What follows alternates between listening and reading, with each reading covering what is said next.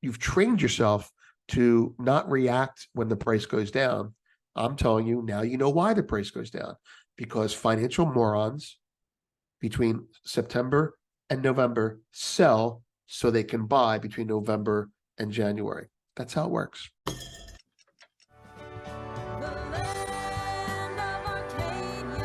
Good afternoon. I'm Vince Lanci, and this is the Arcadia Economics Silver Fix, recording at 10:03 a.m.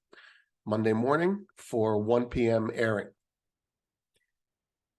Tough week last week, and last week continues into today. So what I'd like to do, hopefully for all of our benefits, is to remind everyone, without making stuff up, about what these markets are doing, why they're doing it, and why you shouldn't sweat last week. This is a post I sent out to subscribers at Goldfix, and it's about gold and silver. We're going to focus on the silver portion of it, and I'm going to put in some details that I did not put in that post for everyone's benefit. First of all, nobody wants their hand held. They want to be told the truth. But at the same token, you're trying to stave off a deep disappointment when a market does what it did on Friday as a microcosm. Friday was a microcosm of what goes on in the silver markets. And we're going to discuss Friday's behavior. We're going to discuss what is sell season, which is what we're in now, try and get everyone more comfortable with the situation. And we're going to talk about what comes next, which is buy season.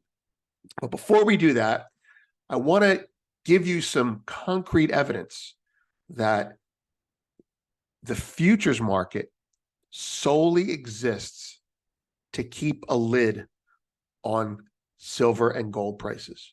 Solely. Okay? Not only is there evidence of that coming out of the WikiLeaks post that James Anderson gave that to me a while ago. Hilarious. I don't have that one handy, but I have a new one for you all. So we're premiering something for you from 1979. All right, so let's get to it. In 1979, the San Francisco Fed put out a letter. In those days, they were more transparent than now.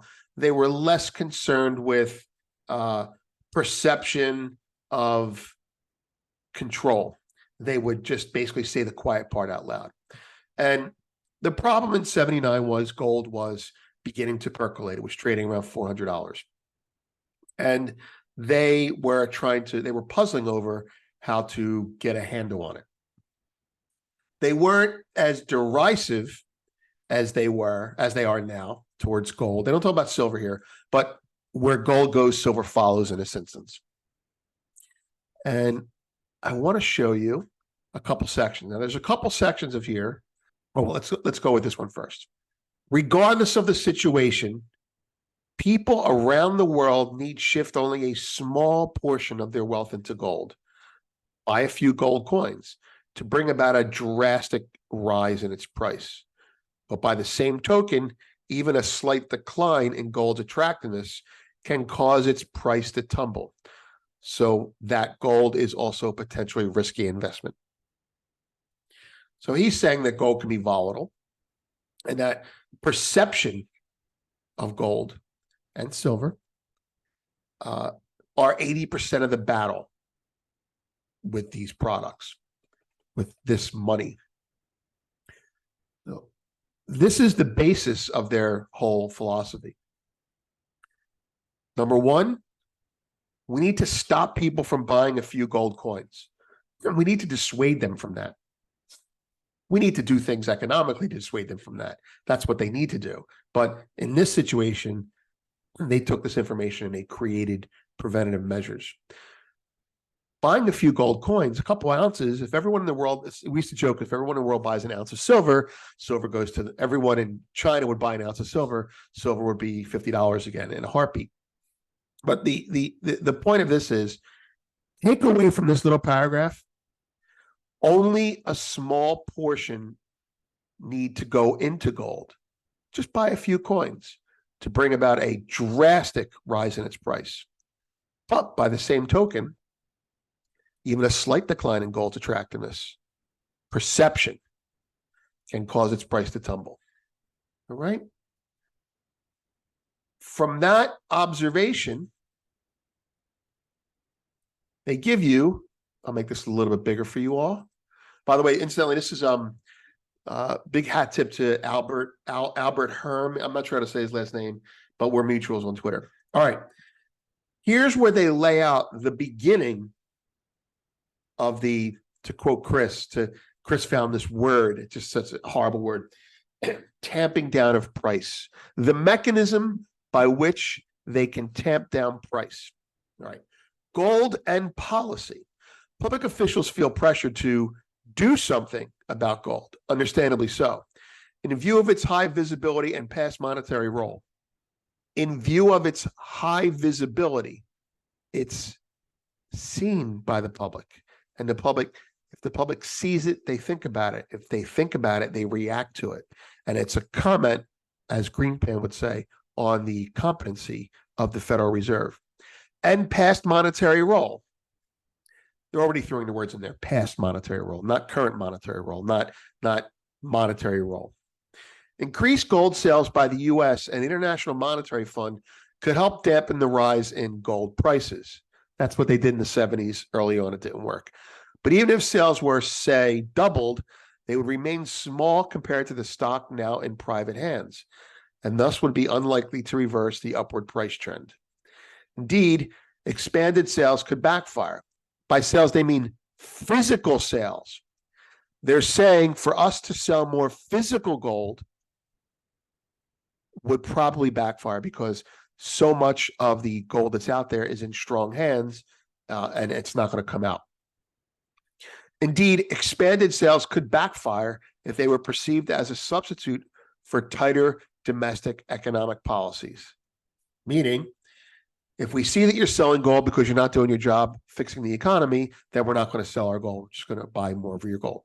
Again, any attempt to restrict private purchase of gold could also backfire because investors might then turn back to strong currencies such as the mark and the Swiss franc, probably, right? Yeah. All right. So take away from this, I'm a person who's got to solve this problem. How can we sell gold and silver without selling them? And going back to the other post, other page, how can we change the perception of gold? Well, we want to broadcast the price, right? We want them to see the price, and we want them to see the prices going down. And so futures exchanges came about as a result of this. So nothing you don't know already, but I want to remind you that the only purpose of price on a futures exchange broadcasting is to get someone who's long to sell. That's all it's there for. And they're selling futures to buy physical. Okay, this is 1979. 1979. They were looking at it then, and they created futures as a result of that. So why are we going through that? Well, we're going through that because I want to take that concept and remind you that the price on the COMEX screen doesn't matter. It matters if you're a buyer. If you're a seller, it doesn't matter. It's just trying to make weak hands come out. All right, let's start with the good news, and then we'll get into how we get to the good news. Every year, almost every year since 2009 or earlier, between the months of November and January, silver rises, sometimes very significantly. Not always, most of the time. The reason that happens is between November and January, you have domestic investor demand that comes into the market preparing for 2024 in this instance. And during that time frame, people start to stock up. Banks start to buy. Smart hedge funds start to buy. People start to buy. You can call it Christmas buying if you want, but you have Diwali season. That's for gold, but silver is obviously affected. China goes into a buying season. So between November and January, silver and gold almost always go up. That's seasonality. That's something that cannot be hidden. That's because it's real physical demand. Now, what about before? See those yellow arrows? First one is down. Horrible year, very hard year. This is after a hangover, right? All right. Up, November to January, up, November to January, up, November to January, up, up, up, up, down, up. Okay. See that? That's what happens now. By the way, in here, we'll talk about this. So you have 2 out of the last 10 years. So 80% of the time, silver goes up between November and January. If you want to blindly speculate, and I'm not telling you to do that, you want to buy it in November as we approach Thanksgiving, and you want to sell it in the first week in January. You buy it, you look away, you walk away, and you come back. It will trade higher in January. It may not stay higher. 80% of the time, it will be higher. You'll make money. So how do we get to this? How do we get to this promised land of seasonality? Well, we have to go through hell. And we're going through hell right now. And let me introduce you to what hell looks like. Between August and October, precisely, it's hard to say. Sometimes it's September. Sometimes it starts in October. Sometimes it's very short. Sometimes it starts in August. Sometimes it starts in September. Sometimes it starts in October. But generally speaking, from the middle of August through the end of October is sell season. Sell season is a direct result of the futures market being created. Just creating the futures market creates sell season. Speculators and funds and banks and investment people, after the middle of the year comes, they don't get new money to put into the markets. They start getting money taken away from them by their bosses because they want to keep some of their powder dry for buy season. So they start selling so they can buy it 3 months later. And it becomes a front-running game. I need to get out before the holiday, and it starts, it's like you go out and like you're probably seeing Christmas decorations up now, and we haven't even had Halloween yet, that type of stuff, right? So banks and traders and hedge funds, I did this. Oh, buy season is coming up and I'm long. Let me get out now and I'll buy it back then. So I didn't get short. Well, I did get short, but you don't have to get short. All you have to do is get out of longs. So what happens during this time period is, as the big boys are pulling in their reins, the financial people, not the physical people, are pulling in their reins. They're having an exaggerated effect on the market price, and they're liquidating. I'm long. It's August. It's after the end of the year. I'll start selling in September. So when the market rallies, they sell. See what happened on Friday? When the market rallies, they sell. Was someone front running that? Yeah, we'll come to that in a second. Now, take a look at this now. The pink lines, the pink arrows, I'll make this a little bit bigger. See, this year, this was opposite year. We can talk about that, why. It's important to know why exceptions happen, and I'll tell you why that happened. There were just too many longs still hung over from 2011. They still had to get out. All right, so we have the market. By the way, it frequently makes a high in August and then just sells off between August and October. Not always. You can observe that, right? A high, sell off, buy season. Now, buy season doesn't have to last all year. Buy season's November, December, January. November, December, January. And if it extends to February, then, God bless you. All right. So here we go. Look at this. Very steep. Not a big buy season, but it doesn't go down. Small, less volatile year, up. Of course, this one continues though, right? Steep down, up, down a little bit, up a little bit, down, up. It's clockwork, guys. All right. Choppy, but still started here, finished there. That's lower, right? Up for 3 months and then boom, washed out. We don't know why. Okay, we do know why. That's COVID. All right, so here we go. A lot of people got long, so you have a big exit. August, September, and October, November, December, and January. See that? Now, last year was painful, right? Well, not last year. This year was painful, right? Liquidation and continued liquidation. I'll tell you what happened in this year. You have to look at the exceptions. In this year, people took their money out of silver at the bank level and put it into gold. So when the buy season came along, there wasn't really a lot of money allocated to precious metals in general. A lot of people were putting their money into oil that year. Oh, and also, this is the year that Bitcoin came on the scene, cannibalizing precious metals flows. That's what happened there. So we didn't get the buyers that we got seasonally. Some of that money went into Bitcoin. Here we go. Last year, big one last year. Okay. We won't have a big one this year. I mean, we could, but I don't see it. This year, huge sell season. I mean, not only did it sell off in sell season, but it was selling off before then. And that was because the Fed started raising rates in April, May, June, July, August, September, October. I'm sorry, August, September, October, November. Right. This is November when I say, right. But you could just see what I'm talking about here. Here's November. And then this is where we took off. This is where all the Indian buying came in, right in here. Okay. So look at this. If you believe that the futures market, as I do, is created to keep a lid on physical precious metals demand, it is. And you've trained yourself to not react when the price goes down. I'm telling you, now you know why the price goes down. Because financial morons between September and November sell so they can buy between November and January. That's how it works. We're in that cycle. A big seasonality in this market. People don't understand that. But it's US seasonality, and it's completely manufactured because they created a futures market. If there's no futures market, this wouldn't happen. If you're looking for a parallel, it's kind of like tax loss season. Losers get sold, profits get sold later. That's how it works.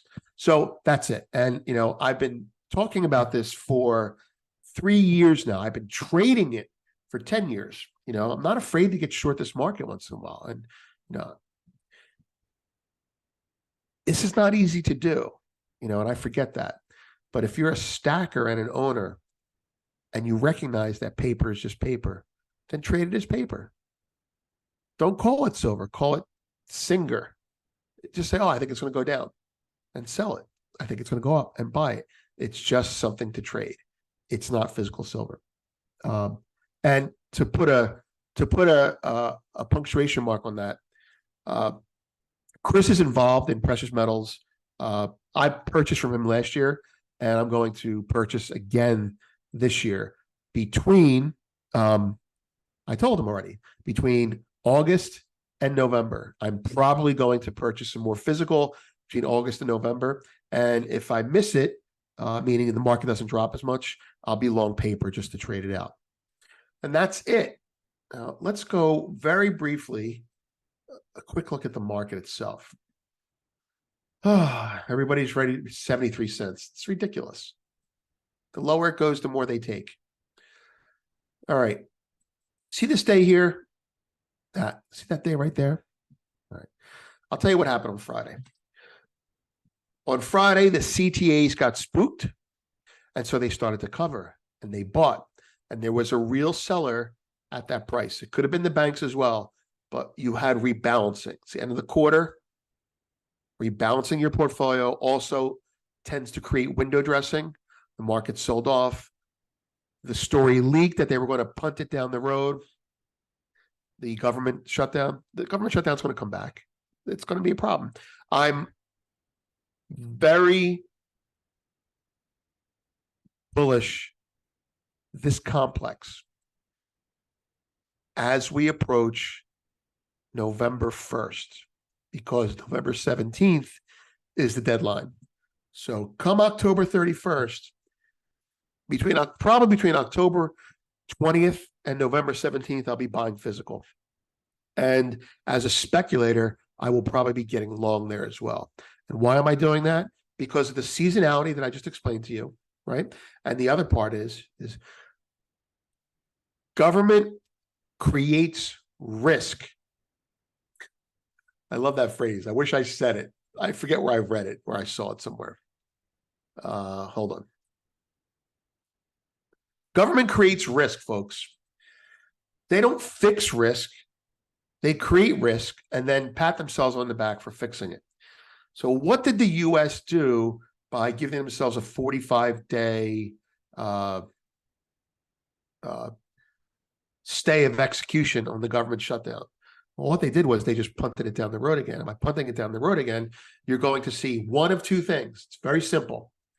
You're either going to see them work on it right away because they don't want to have a problem going into the holidays, right? Or you're going to see the last minute rescue. So between now, whenever this market bottoms, I don't know when it's going to bottom.